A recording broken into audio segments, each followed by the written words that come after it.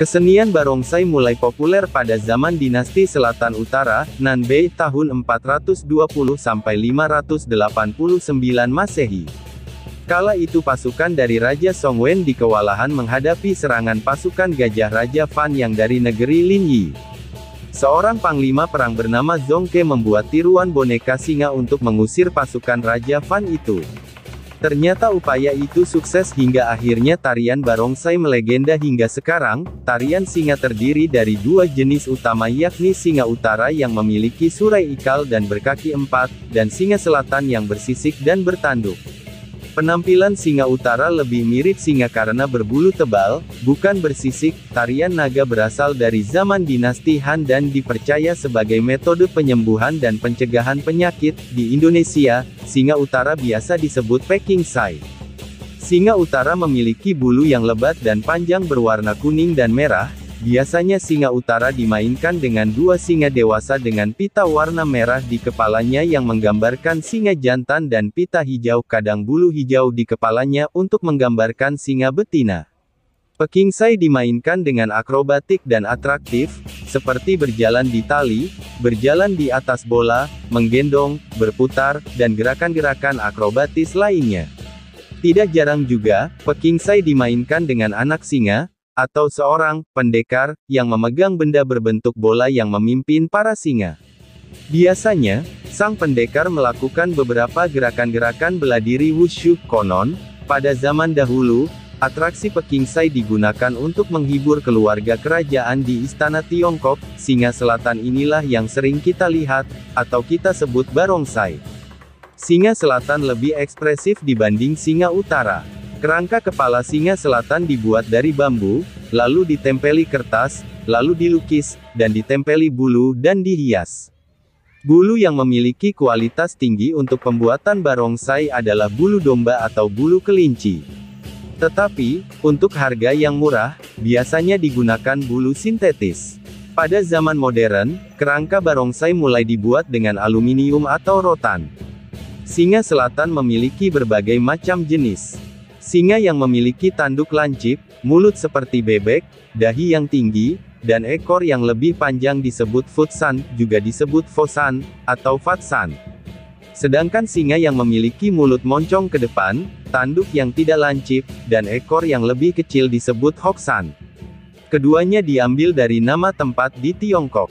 Barongsai futsan dimainkan dengan kuda-kuda dan gerakan yang lebih memerlukan tenaga. Barongsai futsan biasanya dimainkan di dalam kategori barongsai tradisional. Kuda-kuda dan gerakan barongsai hoksan lebih santai daripada barongsai futsan. Barongsai futsan biasanya digunakan di sekolah-sekolah kungfu, dan hanya murid terbaik yang dapat menarikannya. Barongsai hoksan biasanya dikenal karena ekspresif, langkah kaki yang unik, penampilan yang impresif, dan musik yang bertenaga.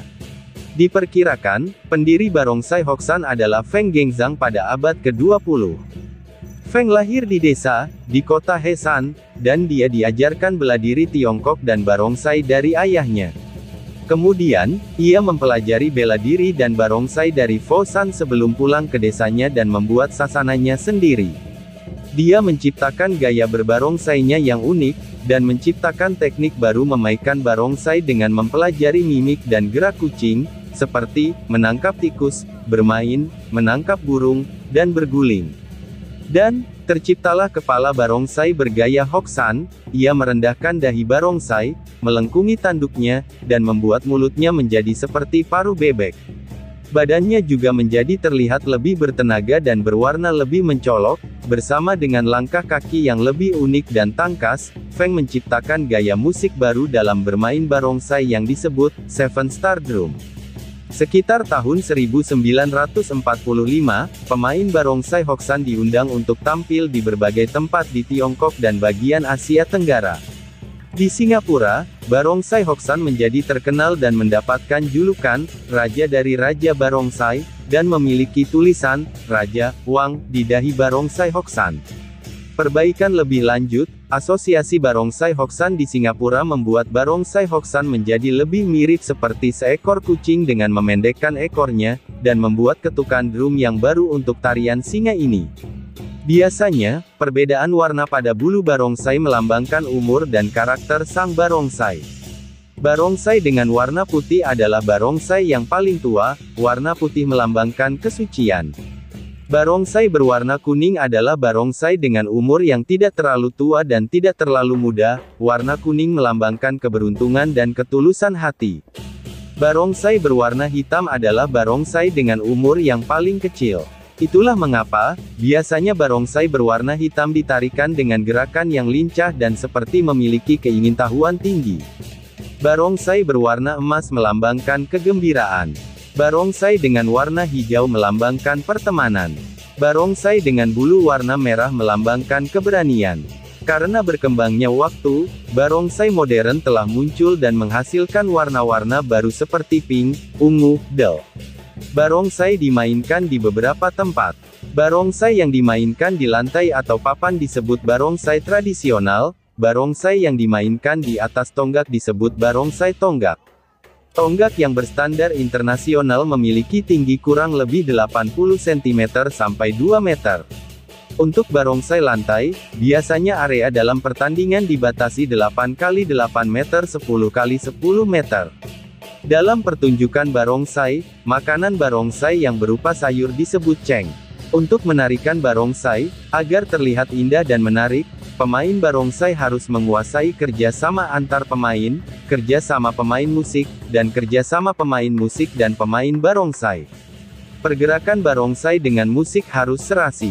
Pemain barongsai juga harus membuat barongsai seolah benar-benar hidup, dengan cara membuat ekspresi dan mimik wajah barongsai seolah-olah nyata. Ekspresi tersebut adalah bahagia, marah, takut, ragu-ragu, mabuk, bergerak dan diam. Barongsai harus terlihat agak kaget saat melihat benda berwarna merah, dan dalam kategori barongsai tradisional, saat melihat air, barongsai harus terlihat fokus saat melihat bayangannya di air, atau takut saat melihat ular. Pemain barongsai harus menguasai kuda-kuda agar bentuk badan barongsai terlihat bagus.